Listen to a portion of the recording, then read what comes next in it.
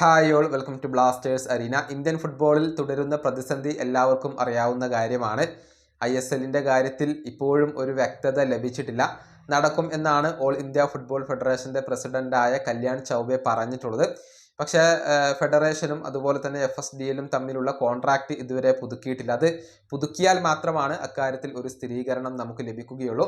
Super cup നടത്താനുള്ള ഒരുക്കത്തിലാണ് all India football federation ഇപ്പോൾ ഉള്ളത്. ഏതായാലും കഴിഞ്ഞ ദിവസം കല്യാൺ ചൗബെ ഒരു സ്റ്റേറ്റ്മെന്റ് നടത്തിയിട്ടുണ്ട്.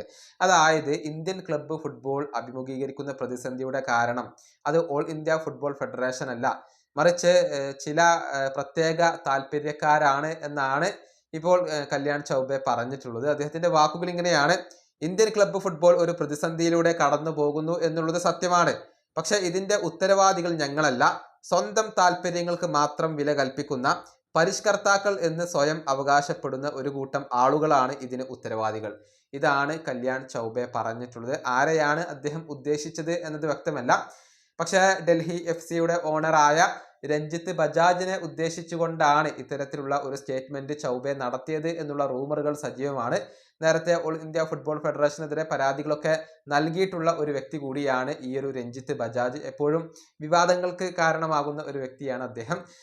അദ്ദേഹത്തെയാണ് ഇപ്പോൾ ചൗബെ ഉദ്ദേശിച്ചത് എന്നാണ് ചില ആളുകൾ കണ്ടെത്തിയിട്ടുള്ളത്. അതല്ല ഇനി മറ്റു ക്ലബ്ബുകളുടെ ഉടമസ്ഥരെയാണോ എന്നുള്ളത് വ്യക്തമല്ല. ഏതായാലും നിലവിലെ പ്രതിസന്ധിക്ക് തങ്ങളല്ല കാരണക്കാർ എന്നാണ് കല്യാൺ ചൗബെ ഇപ്പോൾ അവകാശപ്പെടുന്നത്. ഈ വീഡിയോ അവസാനിപ്പിക്കുന്നു. അടുത്തൊരു വീണ്ടും കാണാം.